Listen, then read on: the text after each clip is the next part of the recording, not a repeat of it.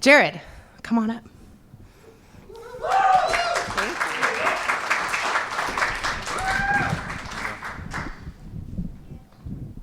How are we looking? Is that good? All right.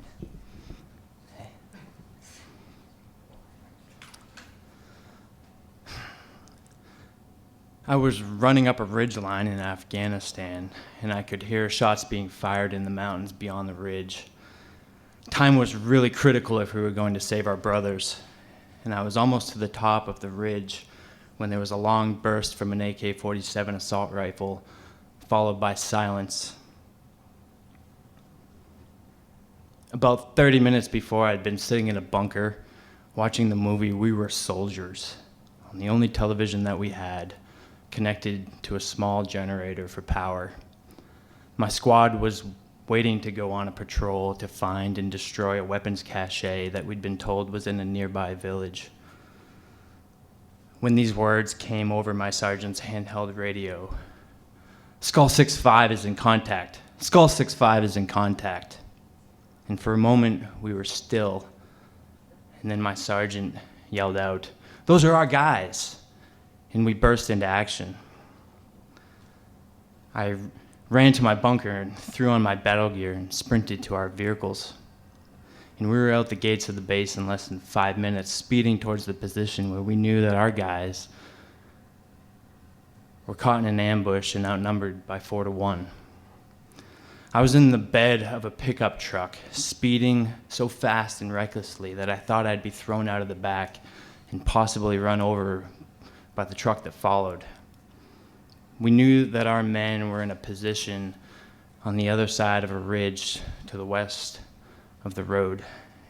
And when we stopped, we started running across the field, and I slowly made my way to the front and headed up the ridge in the direction that I thought the gunfire was coming. Our brothers had been caught in a firefight for nearly 20 minutes at this point, which is, if you've never been shot at, is like an eternity. One of them had been killed with the opening salvo of the ambush, and the other two fought back, but the enemy had the high ground, and eventually one of them lost consciousness from loss of blood, leaving one in the fight. And the long burst of the AK-47 rifle that I heard was the sound of the enemy shooting him nearly point blank. And the enemy disappeared into the mountains, and we found our guys. 2 of them were dead, and 1 was still unconscious but alive. And later, we gathered intelligence about the enemy that had killed these men, about their commander, and where he lived several valleys over in the Korengal Valley. So we went to the valley with about 150 men, inserted by helicopter, or helo as we call it, and we cleared through the valley on foot. And at that time, the Korengal was not yet the hotbed of insurgency that it later became. And the night before, I sat in a bunker with my friend Mike, and we built explosive charges out of TNT, about 100 pounds in all, enough we figured to destroy a house. The Korengal is rugged, the toughest terrain that I've ever walked. And we stuck to the high ground, and we made our way through the valley, searching homes as we went. And at one point, I remember looking over at my buddy Mike walking in a dehydrated daze because we'd run out of water. And he had spit attached to his lip and strung out almost to his knees.